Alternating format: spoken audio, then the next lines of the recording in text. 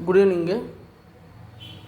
இன்றைக்கி semester 4 applied hydraulics இன்ஜினியரிங்கில் first யூனிட்டில் previous year கேட்ட கொஸ்டின் பேப்பரில் இருக்கிற சம் வந்துட்டு எந்த மெத்தடில் சால்வ் பண்ணணும் அப்படின்ட்டு எடுத்துருக்கேன் பாருங்கள்.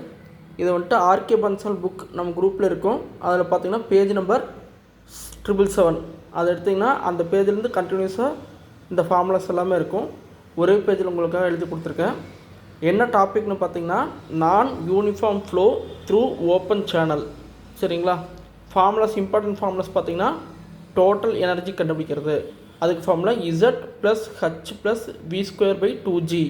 சரிங்களா? இசட்டுங்கிறது என்னென்னா height of the channel bottom above the datum. சரிங்களா? டேட்டம்லேருந்து எவ்வளோ ஹைட்டில் அந்த சேனலோட பெட் இருக்குது அப்படிங்கிறது இசட்டுங்க.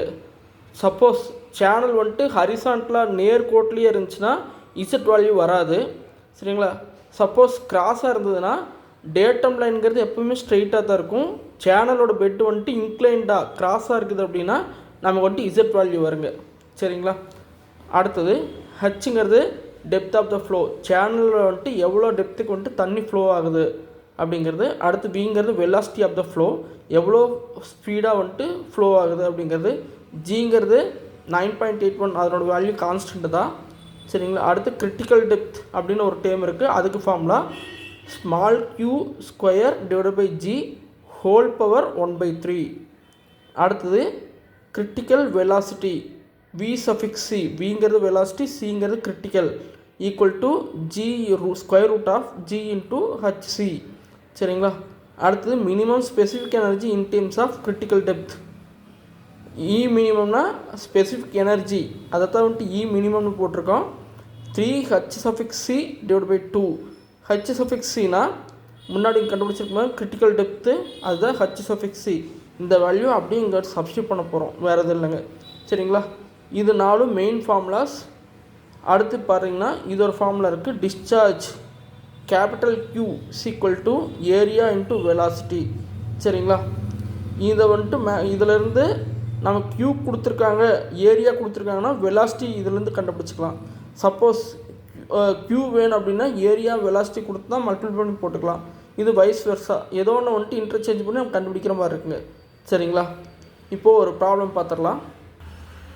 இது ஆர்கே பன்சால் புக்கில் பேஜ் நம்பர் 781 டாப் மோஸ்ட்டில் தெரியுது பாருங்கள். 781 இந்த ப்ராப்ளம் இருக்குது.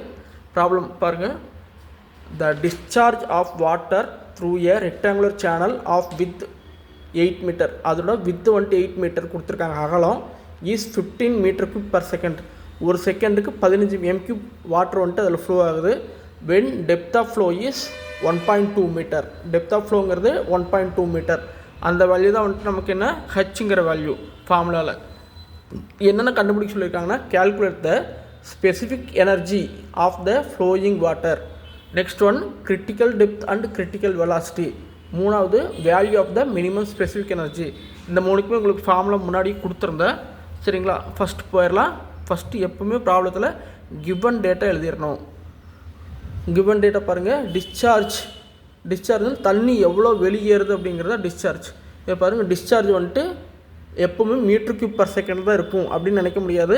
லிட்டர் பர் செகண்டில் கூட கொடுத்துருப்பாங்க. அதை கன்வெர்ட் பண்ணுறதுக்கு அந்த மாதிரி ப்ராப்ளம் வரும்போது படிச்சிங்கன்னா கேளுங்க, நான் சொல்கிறேன். சரிங்களா? டிஸ்சார்ஜ் அதோட simple capital Q 15 metre cube per second. Capital Q equal to 15 metre cube per second. Width வந்துட்டு பிரெத்து. வித்துனா அகலம். அதான் இன்னொரு பேர் வந்துட்டு பிரெத்து, பின்னு வச்சுருக்கோம். அது வந்துட்டு 8 மீட்டர். டெப்த்து வந்துட்டு h equal to 1.2 meter. Height of the flow. சரிங்களா? இப்போது ஃபஸ்ட்டு இது என்ன ஸ்பெசிஃபிக் எனர்ஜி கேட்டிருக்காங்களா, அதுக்கு வந்துட்டு formula E equal to h plus V square by 2g. சரிங்களா? ஹச்சுங்கிறது வந்துட்டு ஹைட் ஆஃப் த ஃப்ளோன்னு சொல்லியிருக்கோம். அது 1.2 மீட்டர் கொடுத்துருக்காங்க. அதை எடுத்து சப்ஸ்டியூட் பண்ணிக்கலாம். அடுத்து வி ஸ்கொயர். விங்கிறது வெலாசிட்டின்னு சொன்னால் வெலாசிட்டி இங்கே எதுவுமே கொடுக்கல அவங்க. ஆனால் ஒரு வார்த்தை என்ன சொல்லியிருந்தேன்னா வெலாசிட்டி கண்டுபிடிக்க ஒரு டேர்ம் இருக்குது. Q இந்த ஃபார்முலா முன்னாடியே சொல்லியிருந்தேன் உங்களுக்கு. Q equal to area into வெலாசிட்டின்னு கொடுத்துருந்தேன். அதை வச்சு வெலாசிட்டி நம்ம கண்டுபிடிச்சிக்கலாம். சரிங்களா? பாருங்கள், வெலாசிட்டி கண்டுபிடிக்க formula Q divide by area. ஏரியாங்கிறது ரெக்டாங்கிள் செக்ஷன் கொடுத்துருக்காங்க. அதனால் பிரெத் இன்ட்டு ஹைட் இல்லை நீளம் இன்ட்டு உயரம். சரிங்களா, அதை போட்டிங்கன்னா உங்களுக்கு வந்துட்டு ஏரியா கிடச்சிருது.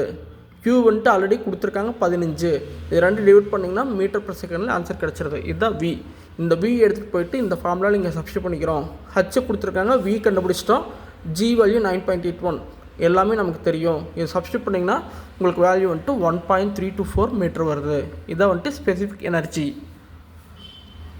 நெக்ஸ்ட் ஒன், கிரிட்டிக்கல் டெப்த் கண்டுபிடிக்கிறதுக்கு formula H suffix C is equal to Q square divided by G whole power 1/3.